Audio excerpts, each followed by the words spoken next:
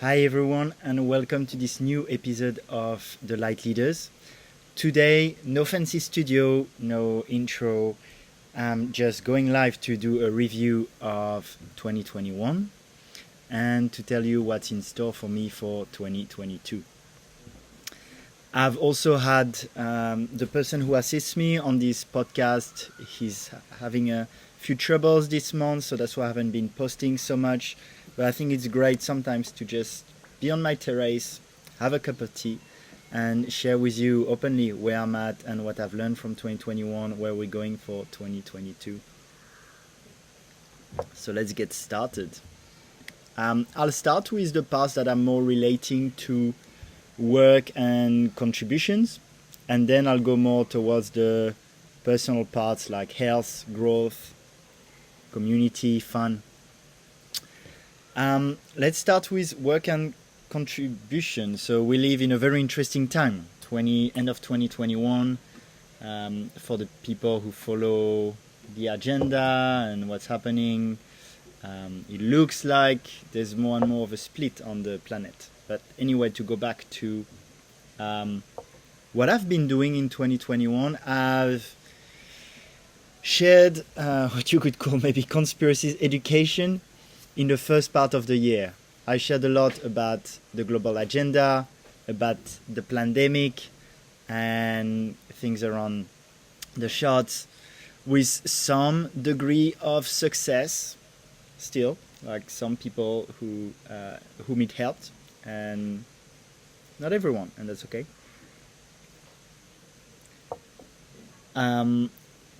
Interestingly, I had Ole Damegard and Sasha Stone on my podcast, and these were pretty powerful episodes.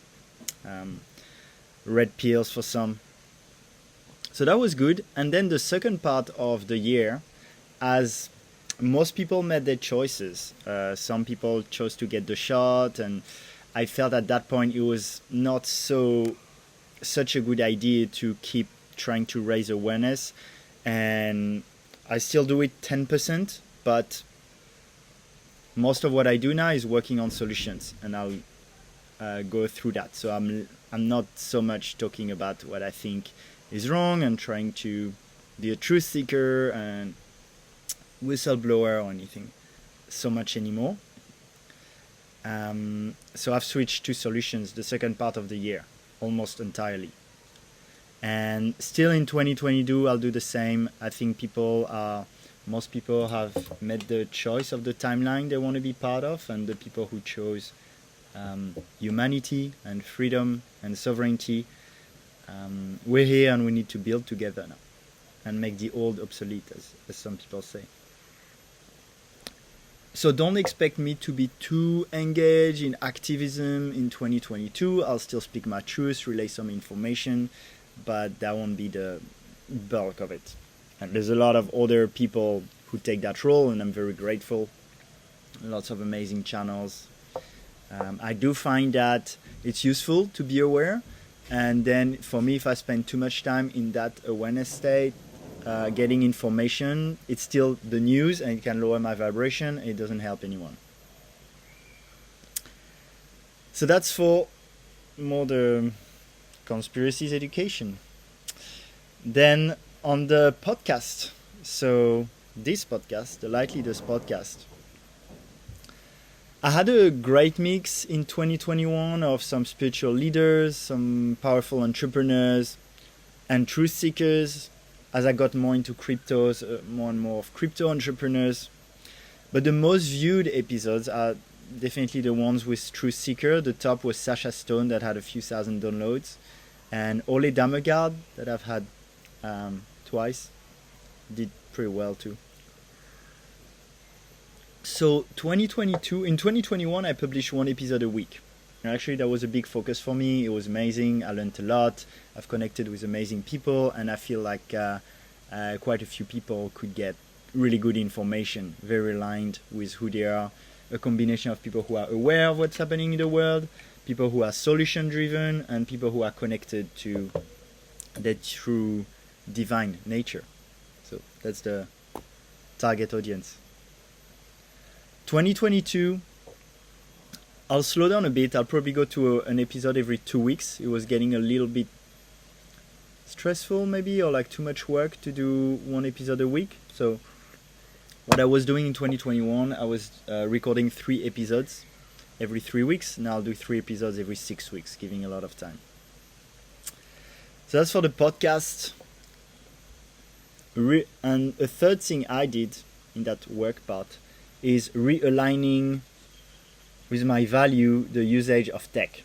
So I stopped using Instagram and Facebook in January, swapping for Telegram. And I'm open to different ones. I'll go deeper into that. I also bought a clear phone because I realized even if I use different apps, if I still use hardware made by Google or Apple, I'm still a bit of a slave of what they decide. So I got a clear phone. I started promoting it too. It's a network marketing, so that created another revenue stream.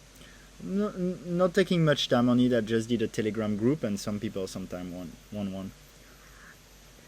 Not the hustle kind of network marketing. I had already stopped, but 2021 I also stopped totally doing Healy. I think it's a good product for people in cities and bombarded with frequencies, but wasn't something I kept using. So with the tech usage, I also have a Telegram channel called New Us Tech, and we just keep digging because Telegram's good, but we want things that are decentralized, Web 3.0 style. So I think 2022 will have a lot of really cool apps for social media, for messaging, that will come up, and that will start getting some kind of mass adoption. So I'll be a pioneer there. Crypto education. So I did online courses to help beginners get into crypto in 2021. I did, I think 3 times in the year with Fabrice. We had lives and then recordings. So we still have the recording if you want it. Get on the train. 2022 though, I'll push more on that. We'll do a proper online crypto school starting end of January in English, then also in French, and because crypto is such a bridge. Of course, there's still a lot of shadows there, greed and rich and poor and inequalities, but compared to the old system, it's such a big leap forward that it's super important. That's gonna be cool. I'm excited. We'll help beginners get into cryptos and have more advanced courses. You can only pay in cryptos. We'll make sure people are aligned. So that's cool.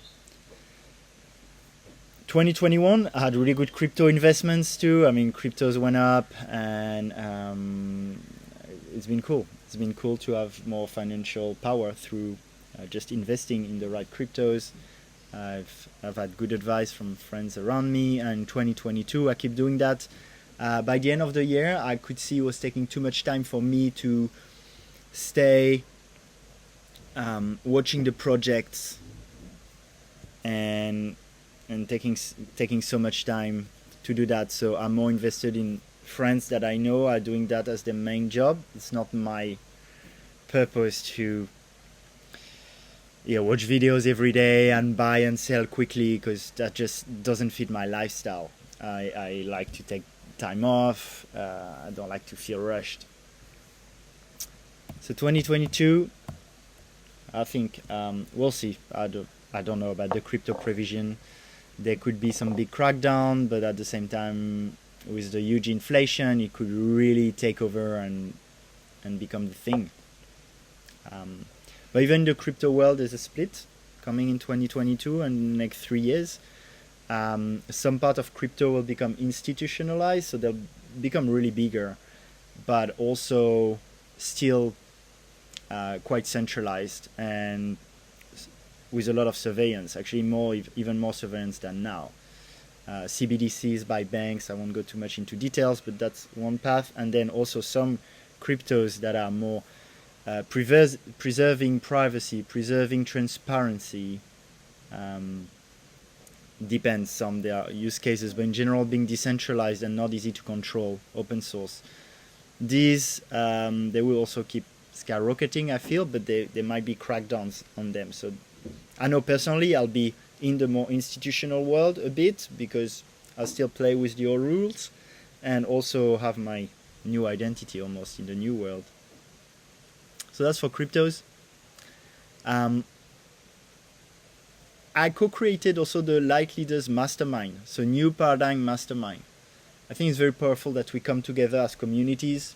I call it mastermind, but it could become a nation, like an online nation.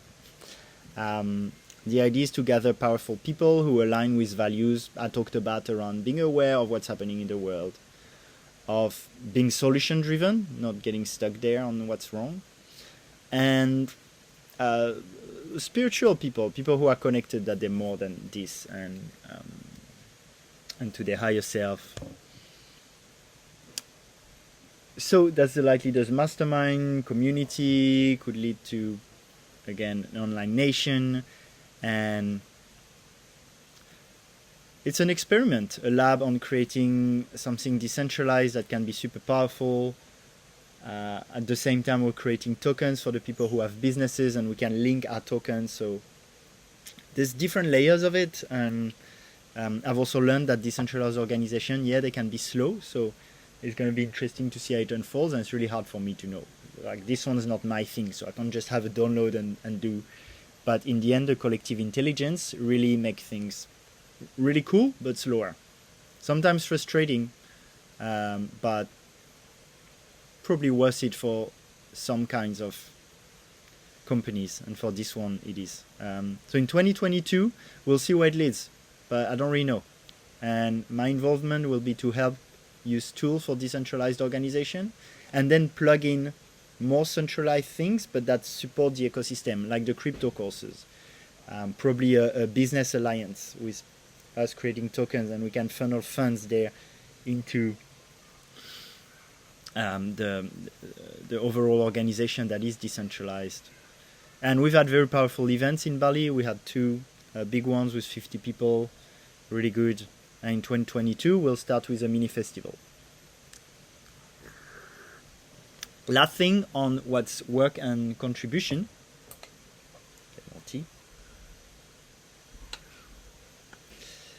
is physical communities in Bali, even light cities. We're building a network of light cities in Bali based on a stewardship model as opposed to ownership, and access economy rather than everything being transactional and non-extractive.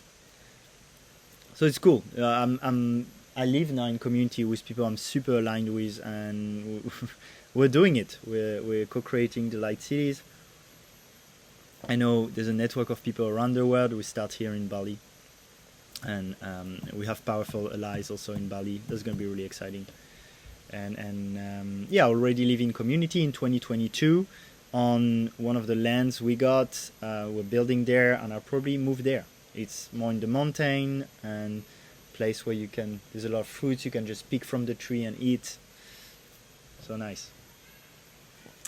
So that's for work and contribution. Exciting 2021, a very exciting 2022 coming. Of course, there'll be more that I can't see. Things are shifting very rapidly, and always depends on where the world's at, right? Now, health.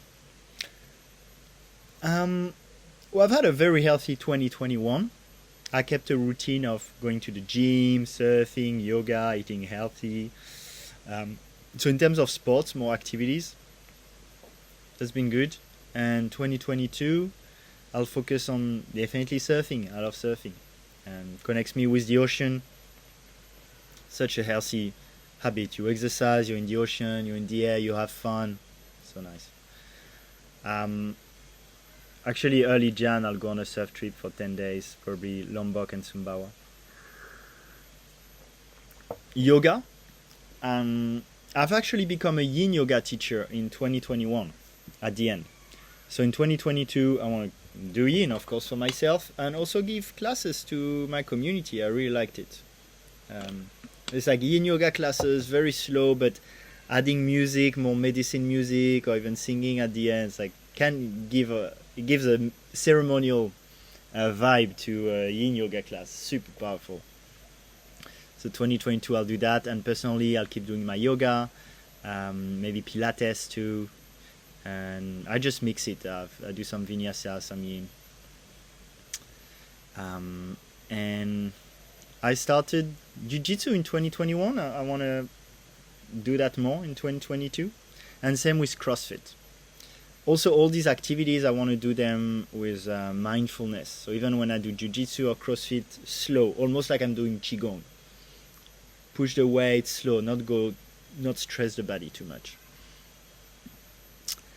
On health, one last thing, in 2021 I got deeper into detox and iridology.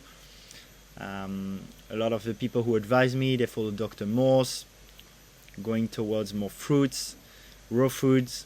The past 4 months I've on average maybe had 1 raw meal a day, and then fruits. Of course I make exceptions, but that's been working pretty well. I feel good. I've done Zen cleanse, so that's something that cleans your colon and cleans your intestine to remove the mucoid plaques. Actually, it's quite interesting. I posted about it earlier. If you type Zen cleanse in the Telegram channel, t.me/newest, that's my Telegram channel, you can search for stuff. I did a pine oil cleanse too, to remove parasites. I've been doing some fasting. Now I do enemas like once a week, and a colonic maybe once a month. So yeah, I want to take care of this temple, my body, and treat it really well. Feels good to be healthy, to feel strong, to be good looking too, to be beautiful too. And nutrition and movement is definitely very important for that. So I do my best with it. And also, I find that eating less food helps me being at higher vibrations and higher states of consciousness. Tea is a good substitute. That's it for health that I can think of. Now I'll go to growth, love, and spirituality. I've done a few shadow work retreats and also classes where I act. It's like play, and I play my shadow, but it's quite deep because you play parts of yourself that you don't always accept and have shame around. I've done that in 2021. Very uncomfortable, I find, but I moved to having more fun doing it, and I'll keep doing it in 2022 because it gives me a lot of awareness on myself, and it gives me some kind of lightness around these roles that are also part of me. 2021 I've done 2 authentic relating retreats. Was great. I was there also with, that's where I met my ex-partner, and actually I'll start with love, because authentic relating, that's where I met my ex-partner, level 1, and then we did level 2 together, and that's been really cool because then you can implement the teaching. Listen to the bird, so nice to be in nature. Then you can implement what you've learned in your everyday life with a partner, and in a romantic relationship is really the sandbox where you can do it for real. It's been good. I don't know if there's anything I'll do this year specifically relating to that, but that's also a principle we have in our community where we share openly. And I mean, if you follow my Telegram channel, if you know me, it's like I'm very open, and I'm a very authentic person, and I think it's good to have learned it, and I'll keep doing that, but I don't know if I'll do retreats. So 2021, one of the biggest highlights is I've gone really deep on what love and intimacy can be with my ex-partner Kia. I'm still a bit in love with dealing with that, but it's all perfect. And yeah, wow, we had so much heart expansions and shared a really beautiful journey together.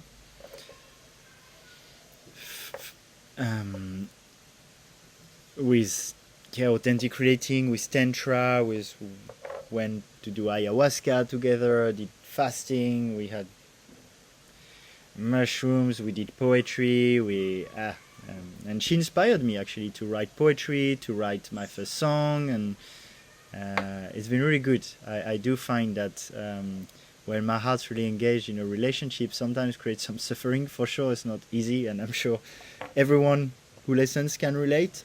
But it also helps me access really deep levels of creativity, compassion, self-love. I've been quite tender the second part of 2021. So in 2022, there's no rush. I let things happen, and I'm always good with myself. But I'm definitely calling in a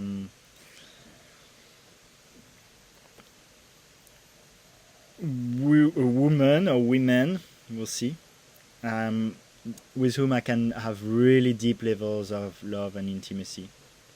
And at the same time, which is what didn't work out so well with my ex in 2021, a lot of openness too.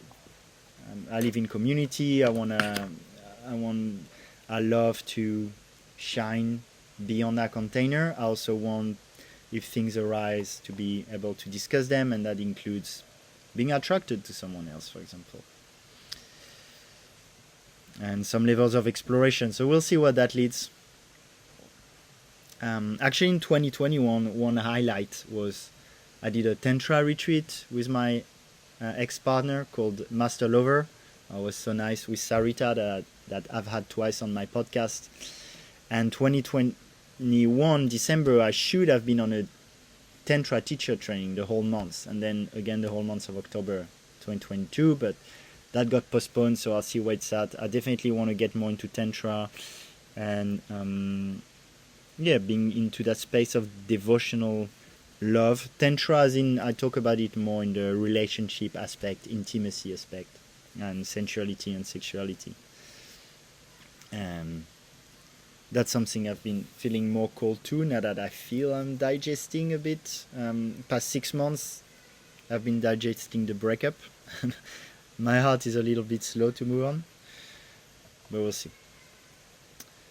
Then, I had some nice plant medicine experiences in 2021. I connected more deeply with the rapé that I use as an ally plant, often a few times a week, and I plan to keep doing that. I like how the plants can help us. Well, I obviously want to keep a healthy relationship with it. The beautiful technologies.